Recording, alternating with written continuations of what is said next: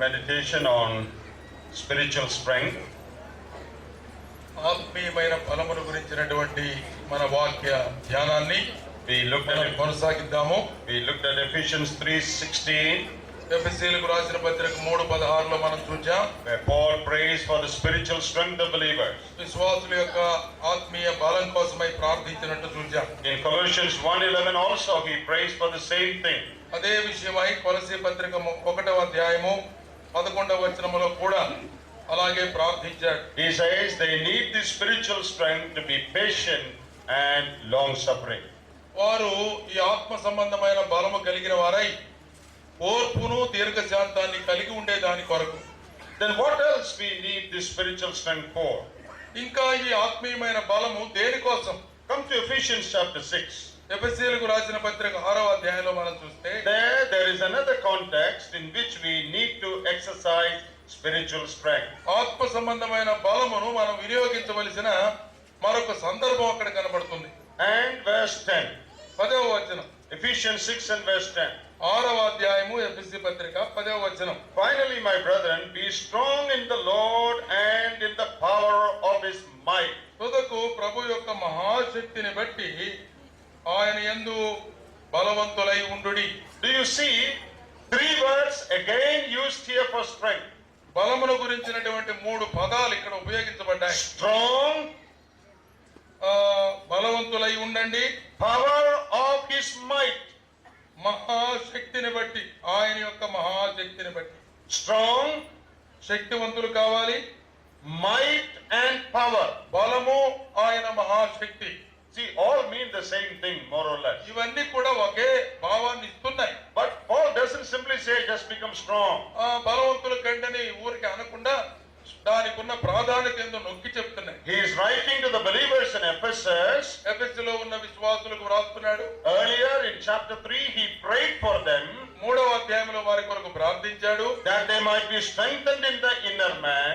అంతరంగ పురుషుని యందు బలము పొందాలని ప్రార్థించాడు. And here Paul reminds them that this is their great need now. వారికి ఉన్నటువంటి ముఖ్యమైన అవసరం అని గుర్తించి చెప్తున్నాడు. After having spoken to them many things, ఎన్నో విషయాలు వారితో మాట్లాడిన మీదట Paul says, finally my brethren, తుదకు నా ప్రియమైన సహోదరులారా అంటున్నాడు. be strong in the Lord and in the power of his might. ప్రభు యొక్క మహాశక్తిని బట్టి ఆయన యందు బలవంతులై ఉండండి. Okay, why should they become strong? ఎందుకు వారు బలవంతులు కావాలి? What is the context here? ఇక్కడున్న సందర్భం ఏమిటి? Next verse. తర్వాత వచనం చూడండి. Put on the whole armor of God that you may be able to stand against the wiles of the devil. మీరు అపవాది తంత్రములను ఎదిరించుటకు శక్తిమంతులగునట్లు దేవుడిచ్చు సర్వాంగ కవచమును ధరించుకొనుడి. They should become strong so that they may be able to stand against the wiles of the devil. ఎందుకు మనం శక్తివంతులం కావాలి అంటే అపవాది తంత్రాలను ఎదిరించడం కోసమే. We have been repeatedly saying that our enemy is very strong.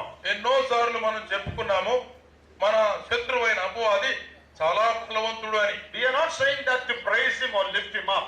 ఏదో చాలా బలవంతుడు శత్రువు అని చెప్పుకోవడం ద్వారా శత్రువుని పొగట్టడం కాదు, హెచ్చించడం కాదు. We are saying that so that we may have the right estimate of his strength. ఎందుకు ఇన్నిసార్లు సాతాను బలాన్ని గురించి చెప్పుకుంటున్నామంటే సాతాను గురించి సరి అయిన అవగాహన ఉండాలి. If you want to stand against the wiles of the devil, సాతాను యొక్క తంత్రాలను ఎదిరించే శక్తి కావాలంటే you need to be strong in the power of his might. అందుకనే దేవుని యొక్క మహాశక్తిని బట్టి బలవంతులు మనం కావాలి. Now for Satan it is very easy to handle good number of believers. చాలా మంది విశ్వాసులైన వారు ఇలాగ చేయడానికి మర్చిపోయారు. Why? Because it is they do not have spiritual strength. ఎందుకంటే వారికి ఆత్మీయమైన శక్తి బలము లేదు. So when the devil comes to us with his tricks, తనకున్నటువంటి తంత్రాలతో సాతానుడు మన మీదకి వచ్చినప్పుడు we are not able to recognize that, అసలు గుర్తుపట్టలేకపోతున్నాం ఇది సాతాను క్రియ అని. and we are deceived by the wiles of the devil. సాతాను యొక్క తంత్రముల చేత మోసగించబడుతూ ఉన్నాం. You remember how he came to the Garden of Eden to Eve with his deceitful tricks. మోసపూరితమైనటువంటి తంత్రంతో Eden తోటలోని అవ్వ దగ్గరకు సాతానుడు ఎలాగ వచ్చాడు? How does Satan come to us? comes to us in a very cunning way. That's what we read in Genesis first portion. ఆది కాండములో మనం మొదటి భాగంలో చదువుతాం, చాలా యుక్తితో వస్తాడు సాతాను. And he comes to us without making a lot of noise. ఏమి శబ్దం చేయకుండా చాలా నెమ్మదిగా వస్తాడు. You know, when snake comes in, it doesn't make noise. పాము గాని మన ఇంట్లోకి వస్తుంటే ఏమైనా శబ్దం అవుతుందా? It just creeps in. అది ప్రాగుతుందంతే.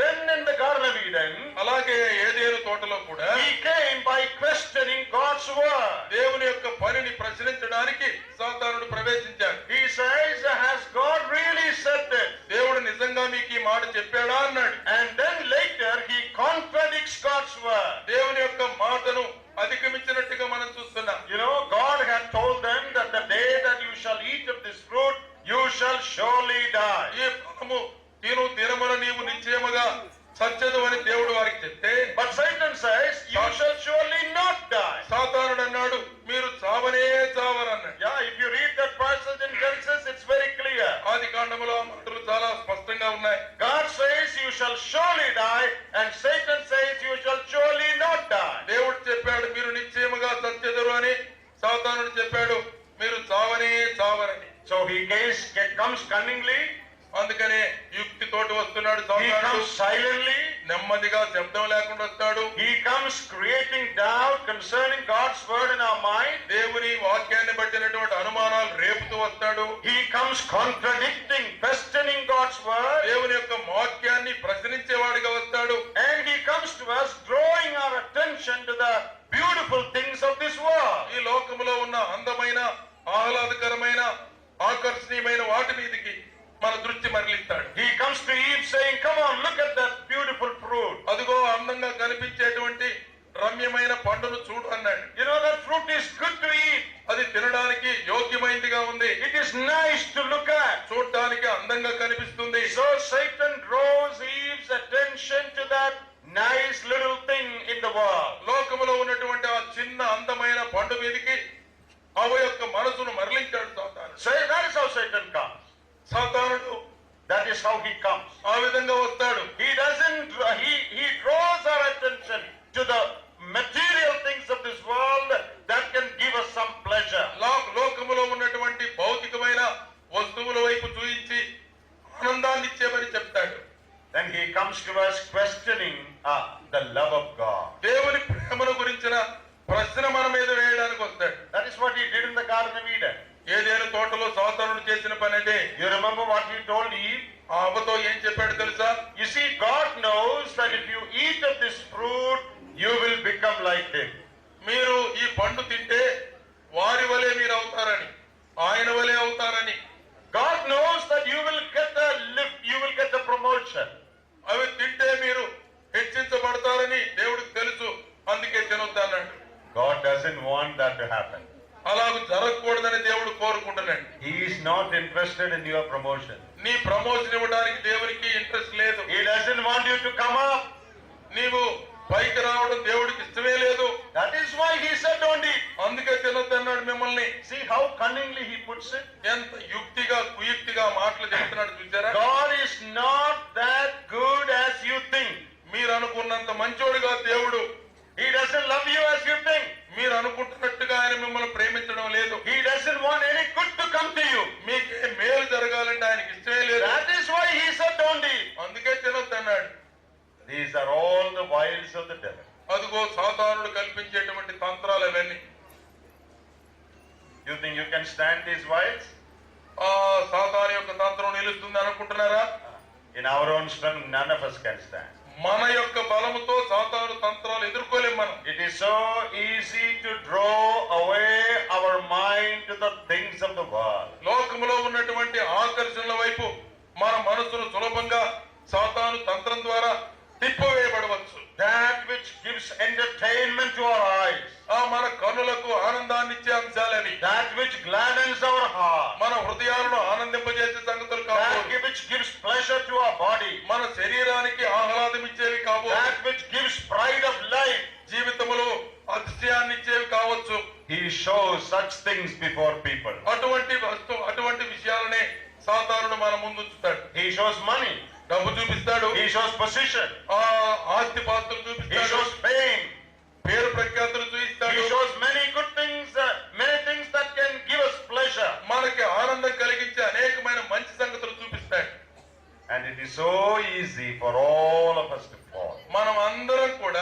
సాతాను తంత్రాలకు పడిపోయే అవకాశం ఉంది. In our own strength, none of us will stand before the wiles of the devil. ఆ సాతాను యొక్క తంత్రములకు ఎదురుగా నిలబడాలంటే మన శక్తి చాలదు. If you want to stand the wiles of the devil, సాతాను తంత్రాలను ఎదిరించాలంటే be strong in the Lord and in the power of his might. ఆయన యొక్క మహాశక్తిని బట్టి బలవంతులం కావాలి. Put on the armor of God. దేవుడిచ్చిన సర్వాంగ కవచాన్ని ధరించుకోవాలి. Be strong. బలవంతులు కావాలి, శక్తివంతులు కావాలి.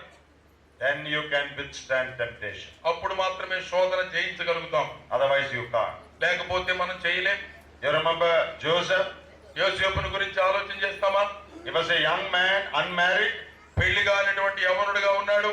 But we repeatedly read in the book of Genesis that the Lord was with Joseph. అయితే మనం చదువుతాం, అనేక పర్యాలు చదువుతాం, యోసేపునకు యెహోవా తోడై ఉండెను అని. That means Joseph experienced the proximity, the presence of the Lord in a real way every moment of his life. తన జీవితంలో ఉన్న ప్రతి సందర్భములో, ప్రతి సమయములో కూడా దేవుని ప్రసన్నత, దేవుని తోడు తనతో ఉన్నట్టుగా చదువుతాం. Though he was a young man, చిన్నవాడైనప్పటికీ కూడా because he had so much spiritual strength, ఆత్మీయమైన బలము కలిగిన వాడు గనుక he did not fall when the devil came to him with that alluring temptation. ఆ భయంకరమైనటువంటి శోధన వచ్చినప్పుడు కూడా తన ఆత్మీయ బలం ఉన్నవాడు గనుక సాతానుకు లోబడలేదు.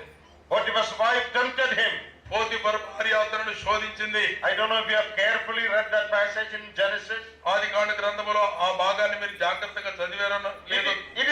It is not a one-time event. ఒక్కసారి జరిగిన సంభవం కాదది. We read there that day after day she was tempting him. దినము శోధించుతూ వచ్చనన్నాడు. Not just one day. ఒక రోజు జరిగిన సంగతి. Day after day. రోజు తర్వాత రోజు She was tempting him. ఆమె అతనిని శోధిస్తా ఉంది. To withstand against temptation one day is all right.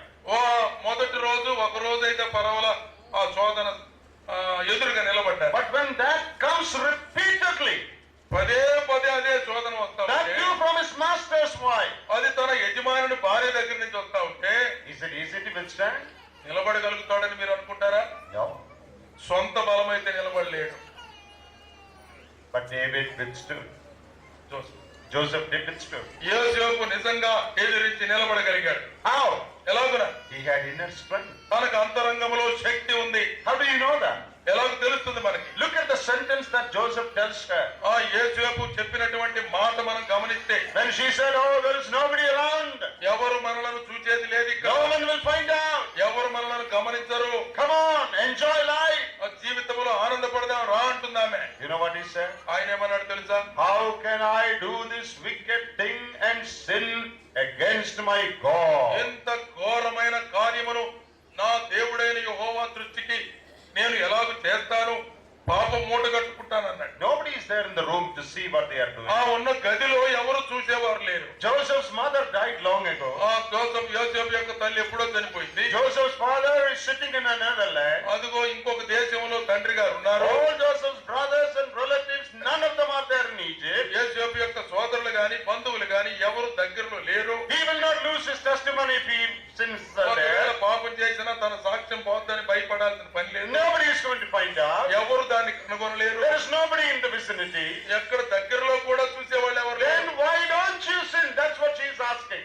అడుగుతుంది, ఎందుకు నువ్వు తప్పు చేయకూడదు, పాపం చేయకూడదు. She was married. ఆమె పెళ్ళైన ఆమె, She had a husband. భర్త ఉన్నాడు. Yet she wanted to sin.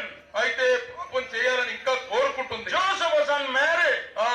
యోసేపు పెళ్లి కాని He వాడు, was a young man. యవనుడైన వాడు. Yet he refused to sin. అయితే పాపము చేయడానికి తిరస్కరిస్తున్నాడు. What prevented him from sinning? అలాగూ పాపం చేయకుండా తనను ఆపినది ఏమిటి? Gone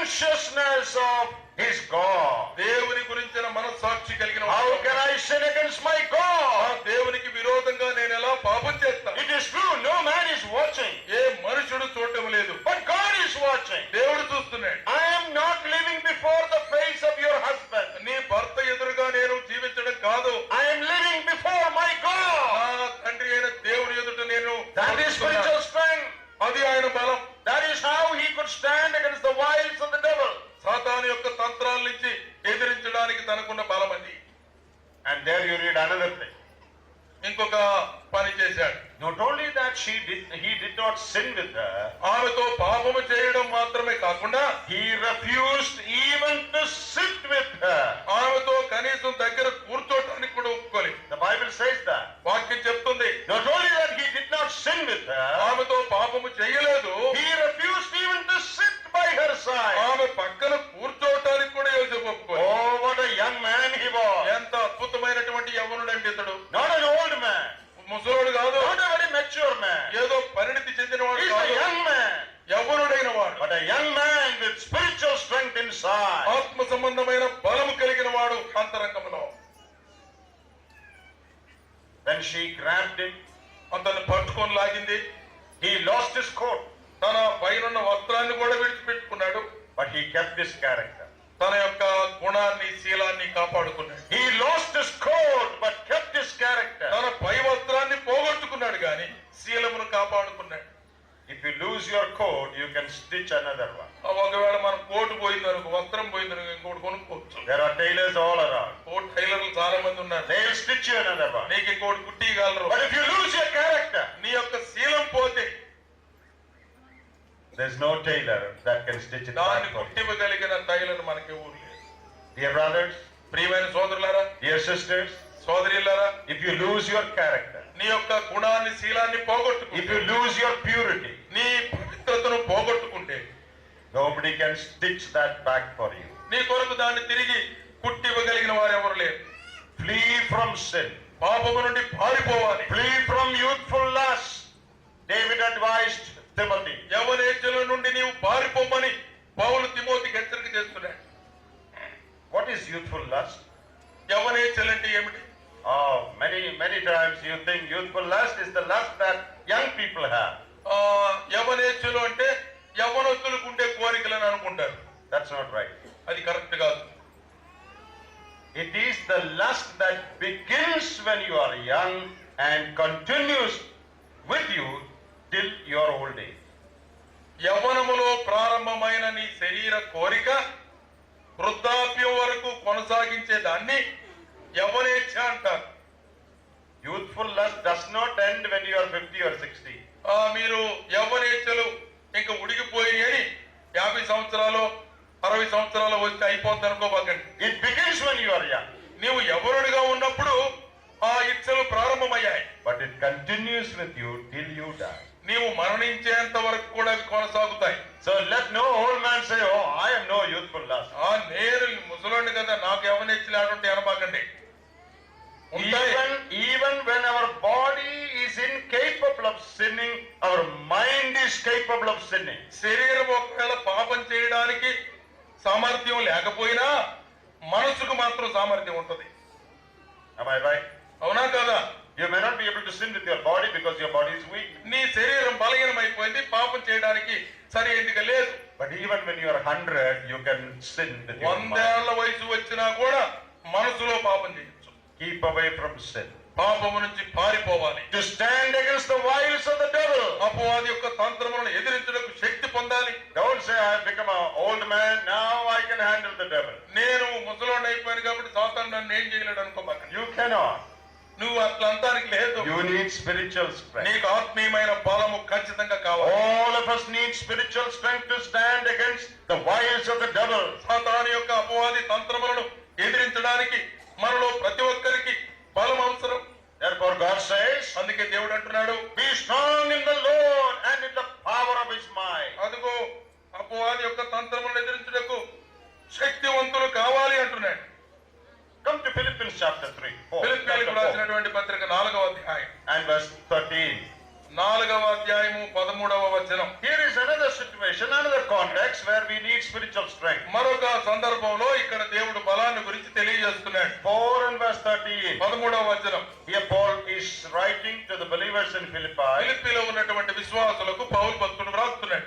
I can do all things through Christ who strengthens me. నన్ను బలపరచు వాని యందే నేను సమస్తమును చేయగలను. I think all of you know this verse by heart. ఇది కంటతొచ్చు అనుకుంటా అందరికి. I can do all things through Christ who strengthens me. నన్ను బలపరచు క్రీస్తునందే నేను సమస్తము చేయగలను. Usually we say that we can do all things through Christ who strengthens us. క్రీస్తునందు నేను సమస్తాన్ని చేయగలను అంటాం. Well, that is true. అది కూడా నిజమే. But what is the meaning of this verse in this context? ఈ సందర్భాన్ని బట్టి దీని యొక్క భావం ఏమిటి? You can do everything, I agree. మీరు సమస్తము చేయగలరని నేను ఒప్పుకుంటున్నాను. But in this context, what is the meaning of this word? ఇక్కడ ఉన్నటువంటి సందర్భాన్ని బట్టి ఈ వచనం యొక్క భావం ఏమిటి? What did God strengthen Paul for? దేవుడు పౌలును దేని విషయంలో బలపరిచాడు? What is Paul talking about here? ఇక్కడ ఏం మాట్లాడుతున్నాడు పౌలు? You know, if you read the previous verses, ముందున్నటువంటి వచనాలు చదివితే there he is talking about his financial material needs. తనకున్నటువంటి ఆర్థిక సంబంధమైన అవసరతల గురించి మాట్లాడుతున్నాడు. Paul says, I know how I've learned to be in whatever state I am to be content. నేను పదవి కలిగి 11వ వచనం చూడండి. 11వ వచనం, పదవి కలిగి ఉండనందున నేను ఇలాగ చెప్పట్లేదు, నేను ఏ స్థితిలో ఉన్నాను ఆ స్థితిలో సంతృప్తి కలిగి ఉండ నేర్చుకుని ఉన్నాను. Verse 12 says, 12వ వచనంలో ఉంది, I've learned to be full and to be hungry. అదిగో ఆకలి కొని ఉండుటకును కడుపు నిండి ఉండుటకును నాకు ఈ అనుభవం ఉంది. In abundance and in suffering. దీన స్థితిలో ఉండనెరుగుదును సంపన్న స్థితిలో ఉండనెరుగుదును. Then Paul says, I can do all things through Christ who strengthens me. అప్పుడు అంటున్నాడు 13వ వచనములో, నన్ను బలపరచు వారి యందే నేను సమస్తము చేయగలనని. So what is the meaning of that verse 13 in this context? ఈ సందర్భంగా 13వ వచనం యొక్క అర్థం ఏమిటి? God strengthens me to be content whatever I have or whatever I do not have. ఒకవేళ నేను ఏమి కలిగి ఉన్నా ఏమి లేకపోయినా ప్రభువు నన్ను సంతృప్తిగా ఉండడానికి బలపరిచాడు. You need the strength of the Lord for that. అటువంటి సందర్భాలలో దేవుని యొక్క శక్తి మనకు కావాలి. To be content in all situations. అన్ని పరిస్థితుల్లో సంతృప్తి కలిగి ఉండడానికి. Whether you have money or you do not have money. ఒకవేళ నీకు డబ్బున్నా లేకపోయినా. I told you about a friend of mine on the first day. మొదటి రోజున నా స్నేహితుని గురించి నేను చెప్పాను. Who gets a small salary. కొద్ది జీతం వస్తుంది ఆయనకి. Who is struggling to live. అదిగో బ్రతకడానికి చాలా ఇబ్బంది పడుతున్నాడు. But he said, I'm happy. నేను సంతోషంగా ఉన్నానని చెప్తాడు. Money does not bring happiness. డబ్బు నిజంగా సంతోషాన్ని మనకి ఇవ్వలేదు. Money brings conveniences. మనకి డబ్బు ఏమిస్తుందంటే సౌఖ్యాన్ని ఇస్తుంది, సదుపాయాన్ని ఇస్తుంది. But it doesn't bring happiness. నిజమైన సంతోషాన్ని డబ్బు ఇవ్వలేదు. Money can help you buy an AC, air conditioner. డబ్బు ఉంటే ఎయిర్ కండిషన్ కొనుక్కోవడానికి అవకాశం దొరుకుతుంది. It can, bring a cool feeling to your body. నీ శరీరానికి చల్లటి గాలి ఇస్తుంది air condition. But it cannot bring down the temperature of your mind. నీ మనసుకున్న వేడి తగ్గించలేదు. When you are heated up, నీకు బాగా కోపం రేగి, when you are worried, దిగులు పడుతున్నావు అనుకో, when problems multiply inside, ఏదిగో లోపల నీకు సమస్యలు ఉధృతం అవుతున్నాయి అనుకోండి. you are excited and you are heated up inside. లోపల చాలా ఉద్రేకంగా పొంగిపోతున్నావు అనుకో. If you put on AC వేసుకున్నావు, will you cool down? లోపలదేం తగ్గదు, బయట చల్లగా ఉండాల్సిందే. AC can cool down only your body. నీ శరీరానికి చల్లదనాన్ని ఇస్తుంది ఏసీ తప్ప. AC cannot cool down your mind. నీ మనసులో ఉన్న ఆందోళన తగ్గించలేదు. You need the strength of the Lord to be content in all situations. అన్ని సందర్భాలలో సంతృప్తి కలిగి ఉండడానికి దేవుని బలం కావాలి. I go to Africa sometimes. అప్పుడప్పుడు నేను ఆఫ్రికా దేశానికి వెళ్తాను. There is one very interesting thing you see in Africa. ఆఫ్రికాలో ఒక ఆసక్తిదాయకమైన సంగతి ఉంది. Recently I was in a very poor country in Africa. Africa ఖండంలో ఉన్న ఒక తక్కువ పేద దేశానికి వెళ్ళాను. We have started a work there. అక్కడ సేవ ప్రారంభించాం. We have 9 assemblies there. 9 సంఘాలు ఉన్నాయి అక్కడ. The people there have nothing. అక్కడున్న ప్రజలు చాలా పేదవాడు, ఏమీ లేనివాడు. They have nothing. ఏమి లేదు వాళ్ళకి. Their houses are too bad. వాళ్ళ ఇల్లు చూస్తే చాలా దరిద్రంగా ఉంటాయి. Money they don't have. అసలు డబ్బే ఉండదు వాళ్ళ దగ్గర. They have, their land is fertile, so they can eat from the land. వాళ్ళ దగ్గర పొలాలు ఉంటాయి, చిన్న పొలాలు, పండిని తింటుంటారు అంతే. It's like Andhra, lot of mangoes there. అక్కడ చాలా కష్టపడి పనిచేసే వాళ్ళు ఉన్నారు. And they have tapioca or cassava.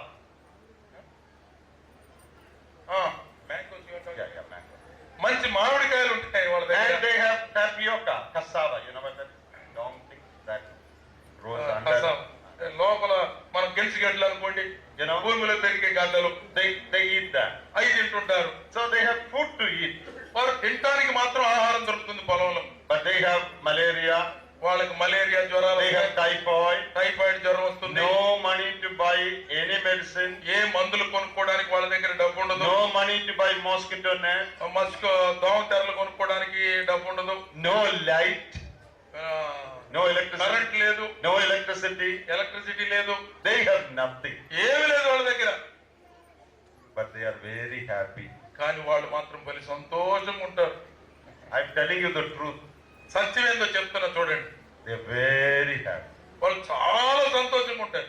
Once they start singing, పాటలు పాడటం మొదలు పెట్టారా, they beat the drum drum కొట్టడం మొదలు పెట్టారా, and they all start dancing. అందరు ఎగురుతారు, అసలు పాటలు పాడతారు. We went for open air with them వాళ్ళతో పాటు వీధి ప్రసంగం చేయడానికి in a marketplace. ఒక మార్కెట్ స్థలంలో They started singing. వాళ్ళు పాటలు పాడటం మొదలు పెట్టారు. And people who had come to the market, market దగ్గరికి వచ్చిన జనం they also joined us to dance. వాళ్ళు కూడా వచ్చి వాళ్ళతో ఎగురుతున్నారు. So happy they are. వాళ్ళు నిజంగా సంతోషంగా ఉంటారు.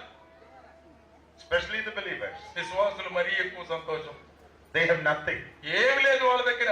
They are very happy. వాళ్ళు చాలా సంతోషంగా, Not worried about anything. వారిని గురించి దేని గురించి వారు ఇబ్బంది పడరు, దిగులు పడరు. We have everything. మన దగ్గర అన్ని ఉన్నాయి. Still our faces are down. మన మొఖాలు చూడండి ఎట్లుండే పొడుగు సాగి. I have a bike. నాకు ఒక మోటార్ సైకిల్ ఉంది. Why am I not able to buy a better bike? That's my problem. నా సమస్య ఏంది తెలుసా, పాత బైకేనా ఇంకా కొత్తది కొనలేకపోతున్నానని దిగులు. Those people in Africa, they are walking.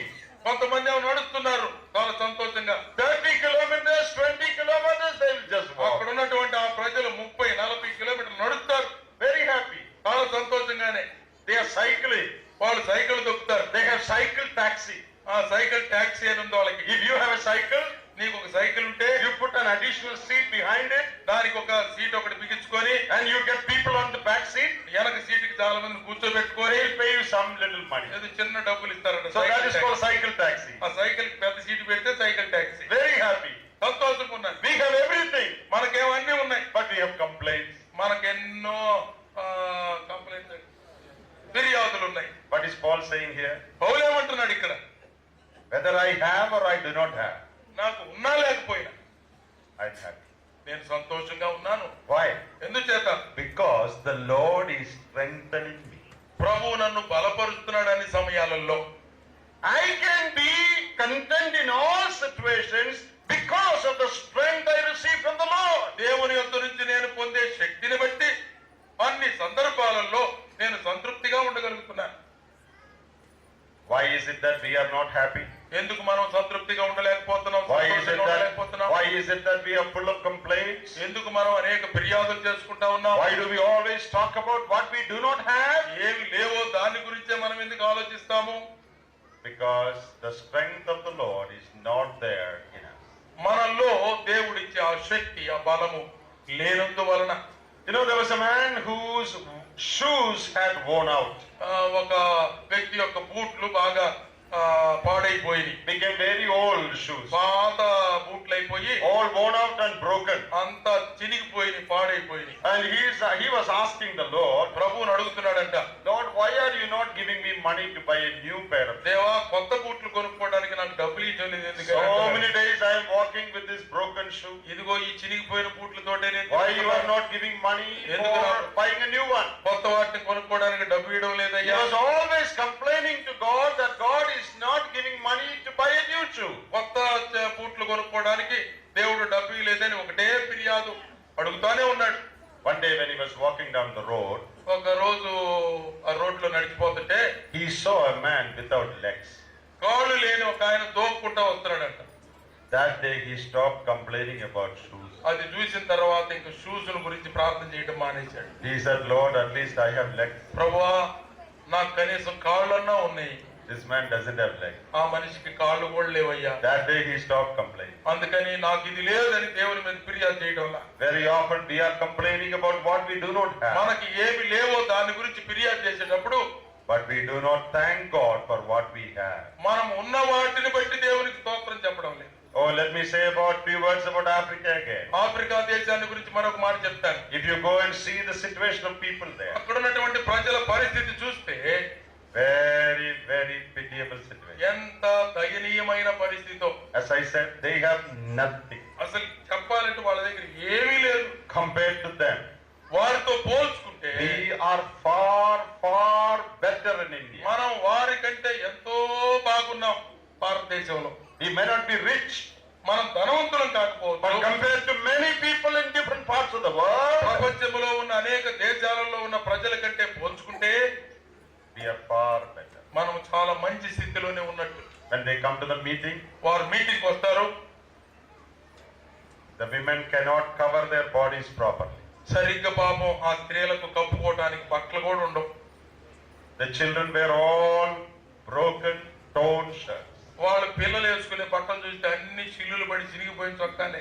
Many of the brethren wear such dress. చాలా మంది సహోదరులు కూడా ఇట్లాంటి బట్టలే వేసుకొని ఉంటారు.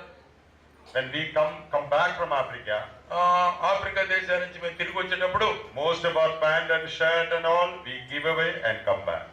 మేము తీసుకుపోయిన బట్టలన్నీ వాళ్ళకి ఇచ్చేసి ఒక్క జతతో మేము ఇంటికి తిరిగి వస్తాం. Not because we are very generous people, మేమేదో చాలా దాతృత్వం కలిగిన వాళ్ళని కాదు but అర్థం. you cannot but do that when you see their situation. వాళ్ళ పరిస్థితి చూస్తే ఎవరికైనా అటు ఇచ్చి రావాల్సింది అనిపిస్తుంది. We are far better, వారికంటే మనం ఎంత బాగున్నాం. but very often our hearts are not thankful to God. కానీ మన హృదయాలు మాత్రం దేవుని స్తుతించడం లేదు. Paul says, పౌలు అంటున్నాడు, I know how to be in hunger, నేను ఆకలికొని ఉండడానికి ఎరిగి ఉన్నాను, and I know how to be full. సంతృప్తి కలిగి కడుపు నిండి ఉండడానికి ఎరిగి No ఉన్నాను. money or no money, praise the Lord. డబ్బులున్నా లేకపోయినా దేవునికి స్తోత్రం అంటున్నాడు. Can we say that? మనం అలా చెప్పగలమా?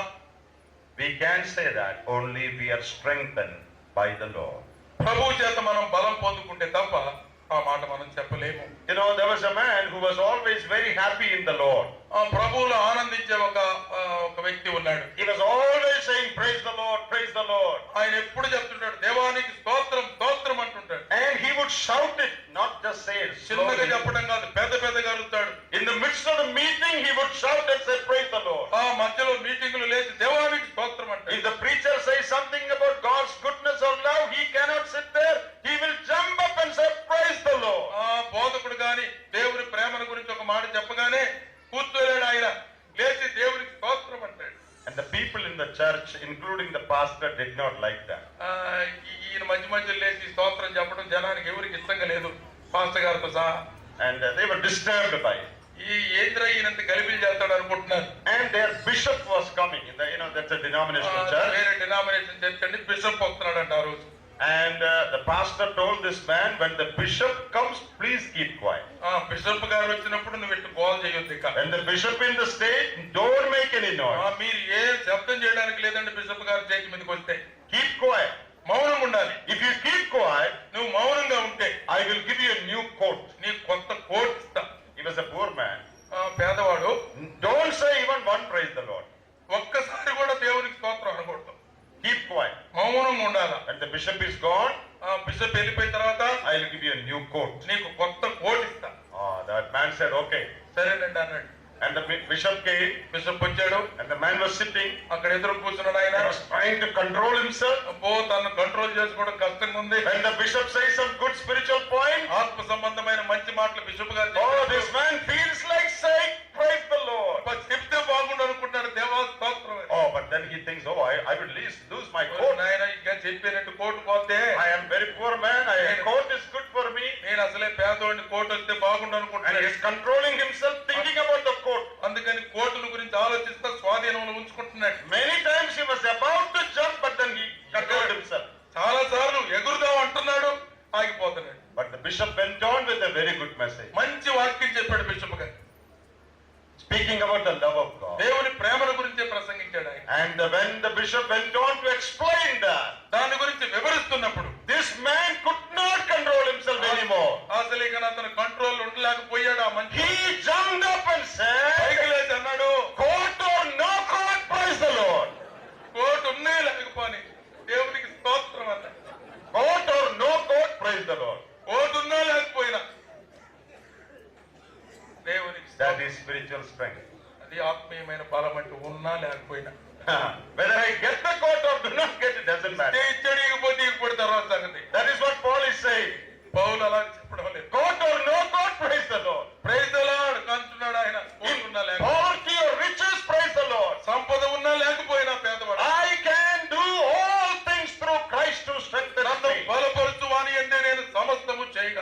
spiritual strength comes inside, మన ఆత్మీయమైన బలం అంతరంగంలో ఉంటే doesn't matter whether you're hungry or you're మనం full. ఆకలి కొని ఉన్నా తిని ఉన్నా పర్వాలేదు. You need the strength of God to be content in all situations. అన్ని సందర్భాల్లో సంతృప్తి కలిగి ఉండడానికి దేవుని బలం మనకు కావాలి. Come to the book of Timothy now. Timothy పత్రికలోనికి వద్దాం. 1 Timothy chapter 2. తిమోతి మొదటి పత్రిక 2వ అధ్యాయం. Here Paul is writing to Timothy. తిమోతికి వ్రాస్తున్నాడు పౌలు. And chapter 2 and verse 1. మొదటి వచనంలో చూస్తే, You therefore, my son, be strong in the grace that is in Christ Jesus. కొరింథీ పత్రిక 2వ పత్రిక 2వ అధ్యాయం మొదటి వచనం. Chapter 2 2వ verse 1. పత్రిక 2వ అధ్యాయము మొదటి వచనం. నా కుమారుడా, క్రీస్తు యేసునందున్న కృప చేత బలవంతుడవు కమ్ము. Be strong in the grace that is in Christ Jesus. క్రీస్తు యేసునందున్న కృప చేత బలవంతుడవు కమ్ము. Oh, Paul keeps on talking about this strength. ఈ బలాన్ని గురించే మాట్లాడుతున్నాడు పౌలు ఎవరికి రాసి. Everywhere in Philippians, in Ephesians, in Timothy, everywhere he talks about A spiritual strength. పత్రికలో చూసినా కూడా, ఫిలిప్పీ పత్రికలో, కొలస్సీ పత్రికలో, ఎఫెసీ పత్రికలో, తిమోతికి వ్రాస్తూ కూడా అంటున్నాడు, My son, be strong. నా కుమారుడా బలవంతుడు కమ్ము. For what? దేనికోసం? As you continue to read, అలాగే కొనసాగిస్తూ Paul talks about the ministry that is entrusted to him. తనకు అప్పగించబడినటువంటి పరిచర్య విషయమై మాట్లాడుతున్నాడు. You have to hand over whatever you have got to others by teaching them. నీవు అనేక సాక్షుల ఎదుట నా వలన వినున సంగతులను ఇతరులకు బోధించుటకు. And in verse 3, you have to endure hardness as a good soldier of Jesus Christ. 3వ వచనములు అంటున్నాడు, క్రీస్తు యేసు యొక్క మంచి సైనికుని వలె నాతో కూడా శ్రమను అనుభవించుము అంటున్నాడు. So the context is the ministry or the service of the Lord. ఇక్కడ ఉన్నటువంటి సందర్భం ఏమిటంటే దేవుని కొరకైన సేవా పరిచర్య. We are all in the service of the Lord in some way or the other. ఏదో ఒక పద్ధతిలో మనము దేవుని పరిచర్యలో ఉన్నాం.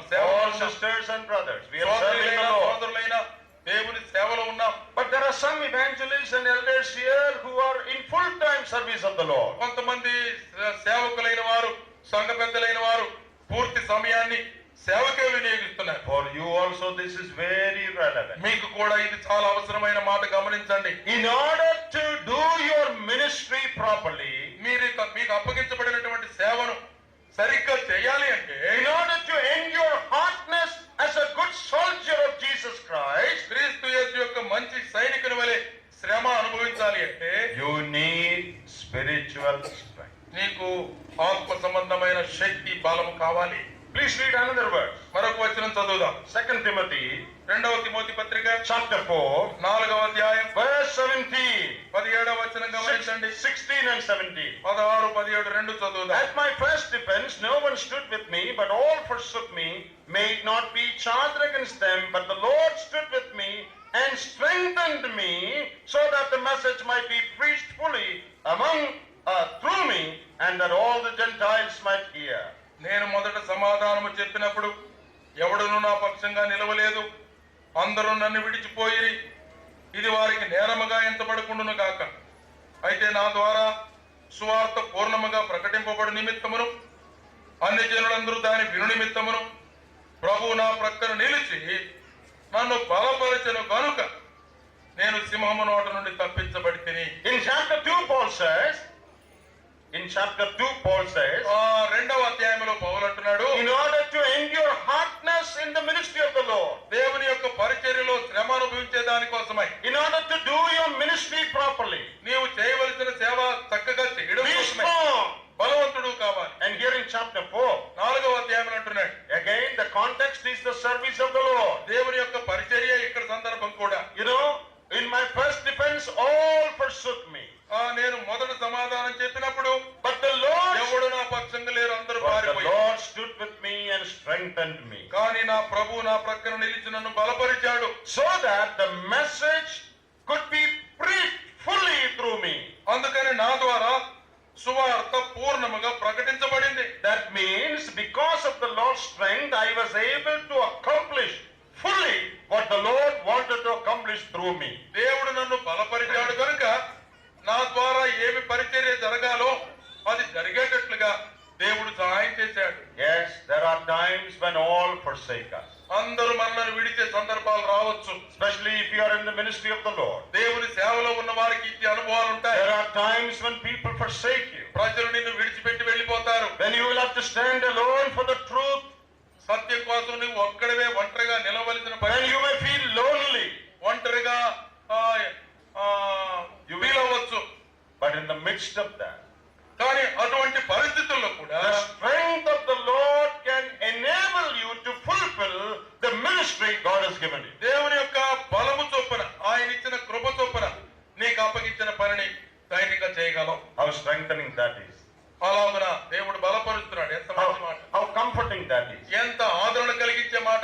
In the service of the Lord. దేవుని యొక్క పరిచర్యలో సేవలో Sometimes when others forsake us. ఒకవేళ కొన్నిసార్లు మనలను ప్రజలు విడిచిపెట్టిపోవచ్చు. When we do not have many to support us. మనలను సపోర్ట్ చేసే వాళ్ళు ఎక్కువ మంది లేకపోవచ్చు. When we may have to stand alone. మనం ఒంటరిగా నిలవాల్సిన పరిస్థితులు వస్తాయి. Here is a ministry that the Lord has entrusted us with. దేవుడు మనకు అప్పగించిన బాధ్యత పరిచర్య ఉన్నది. We may wonder, without the support of God's people, how am I going to do this? దేవుని ప్రజల యొక్క సపోర్ట్ లేకుండా ఎట్లా చెయ్యాలి ఇదంతా? How can I do this alone? ఒంటరిగా ఎలా చెయ్యాలనుకోవచ్చు. But if you receive the strength of the Lord inside, దేవుని యొక్క బలాన్ని నీవు పొందుకుంటే అంతరంగంలో you can accomplish the work that God has entrusted with you fully.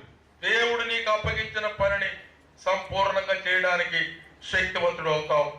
దేవుని శక్తి పొందుకుంటే, In order to serve the Lord, ప్రభువుని సేవించాలంటే, in order to suffer, endure hardness, అదిగో శ్రమలను అనుభవించే పరిస్థితుల్లో, and in order to stand alone and complete the work God has given me when others forsake me, ఇతరులు నన్ను విడిచిపెట్టిన ఒంటరినైనా దేవుడిచ్చిన పనిని సంపూర్ణంగా జరిగించి కొనసాగించాలంటే we need the strength of the Lord. ప్రభు యొక్క మహాశక్తి మనకు అవసరం. So what all did we see?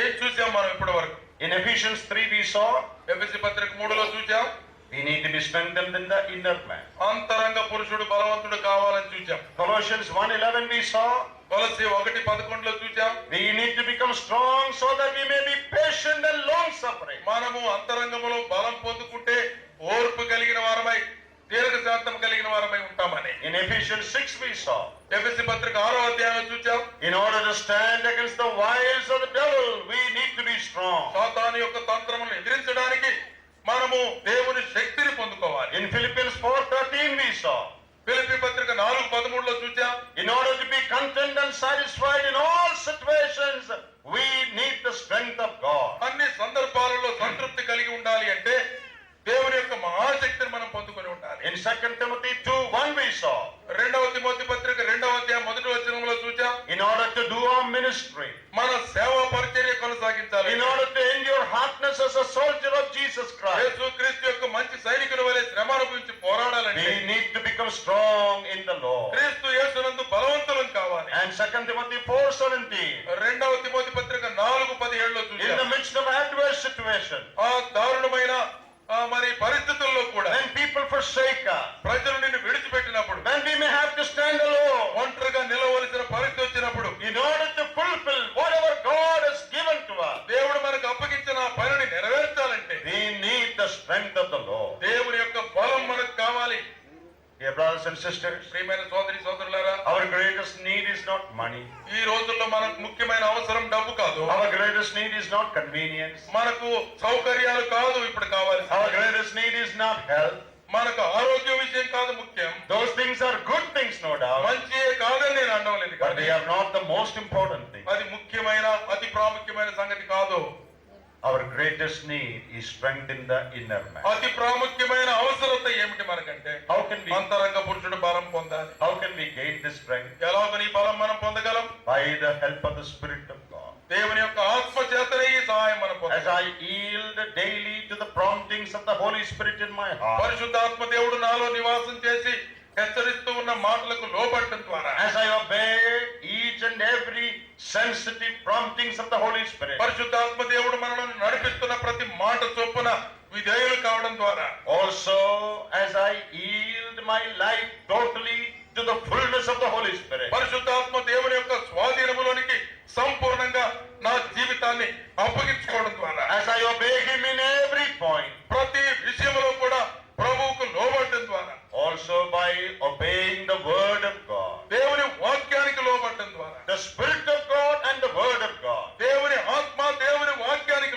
Man shall not live by bread alone, but by every word that proceedeth from the mouth of God. మనుషుడు రొట్టె వలన మాత్రమే కాదు, దేవుని నోట నుండి వచ్చు ప్రతి మాట వలన జీవించునని. As you yield to the Spirit of God and obey the word of God, దేవుని యొక్క ఆత్మకు లోబడి ఆయన వాక్యానికి లోబడితే spiritual strength is generated. ఆత్మ సంబంధమైన బలము ఉత్పత్తి అవుతుంది. As you spend more time with God, దేవునితో ఎక్కువ సమయాన్ని గడపాలి as ప్రార్థనలో. you commune with God, దేవునితో సన్నిహితమైన సంబంధం ఉంటే, as you spend time in worshiping God, ఆయనను ఆరాధించే సమయం తీసుకుంటే, thinking of God's goodness and greatness, దేవుని యొక్క మంచితనం గొప్పతనాన్ని ధ్యానిస్తూ ఉంటే, as you talk to God every day as much as possible in prayer, అవకాశం దొరికినప్పుడల్లా దేవుని సన్నిధిలో ఆయనతో మాట్లాడుతూ ప్రార్థిస్తూ ఉంటే, Isaiah chapter 40 in the last verse says, యెషయా గ్రంథము 40వ అధ్యాయం చివరి వచనములో ఉన్న they that wait upon the Lord shall renew their strength. అదుగో ఆయన పైన ఆధారపడేవారు నూతన బలం, ఆయన కొరకు ఎదురు చూచువారు నూతన బలము పొందుదురు. You know, the word renew there is not the right word. ఆ నూతన బలము పొందుదురు అనే మాట ఉంది, అది కరెక్ట్ మాట కాదంట. It should actually be translated, అది ఎలా ట్రాన్స్లేట్ చేస్తే బాగుండేది. they shall exchange their strength. I give my strength to you, you give your strength to me. బలమును మార్చుకుంటారు అనే మాట ఉంటే బాగుండేది. You know exchanging of car? కార్లు ఎక్స్చేంజ్ చేసుకోవడం అంటే తెలుసుగా. I give my car to you, you నా give your కారు car నీకు to me. ఇస్తాను, మీ కారు నాకు ఇస్తాను. That is exchange. అది ఎక్స్చేంజ్ అంటే That verse says, మార్పిడి. when you wait upon the Lord, దేవుని పైన నువ్వు ఆధారపడి ఎదురు చూస్తే you will exchange strength with God. దేవునితో నీ బలాన్ని పంచుకుంటావు, ఆయన బలం నీకు ఇస్తాడు. You will give your weakness to నీ God, బలహీనతలు ఆయనకి అప్పచెప్తే చాలు, and God will give you His strength. దేవుడు తన బలాన్ని నీకు ఇస్తాడు. When God's strength becomes my strength, దేవుని బలమే నా బలమైనప్పుడు I can do all things. ఇంకా నేను సమస్తం చేయగలను కదా. God is almighty. దేవుడు సర్వశక్తి కలిగిన వాడు. When God gives me His strength, దేవుడు తన బలాన్ని నాకు ఇస్తే I become so strong. నేను చాలా బలవంతుడు అవుతాను. May we pray for spiritual strength. అటువంటి ఆత్మీయ బలం కోసమే మనం ఒక్కొక్కరం ప్రార్థన May we చేస్తాం. seek the face of God and wait upon Him for spiritual strength. దేవుని యొక్క సన్నిధిలో మనము ఓపికతో కనిపెట్టుకుని ఆత్మీయ బలం కోసమై ప్రార్థన చేద్దాం. May we obey the word of God. దేవుని యొక్క వాక్యానికి లోబడదాం. May we yield to the leading of the Spirit of God. పరిశుద్ధాత్మ దేవుని యొక్క నడిపింపునకు మనల్ని మనం అప్పగించుకుందాం. Then we shall become strong men and women. అప్పుడే మనము దేవుని కొరకు బలమైన సోదరులుగా ఉండగలుగుతాం. Then let anything happen. ఏమన్నా జరగనివ్వండి, మన Money or no money, డబ్బు ఉండని లేకపోనివ్వండి, health or no health, ఆరోగ్యం ఉండని లేకపోని, people opposing me or not, ఒకవేళ ప్రజలు వ్యతిరేకిస్తున్నారని సపోర్ట్ చేస్తున్నారు, difficult situation or easy situation, ఎటువంటి కష్టమైన పరిస్థితులైనా సాధారణ పరిస్థితులైనా, in the midst of any situation, ఎటువంటి పరిస్థితుల మధ్య అయినా I can stand. నేను నిలబడగలను. I can handle the battles of life. ఇదిగో జీవితంలో వచ్చే ఈ పోరాటాలన్నీ ఎదుర్కొనడానికి శక్తివంతుడు కావాలి. May God help us to do that. దేవుడు అలాగ చేయనట్లుగా తన సహాయం అందించును గాక.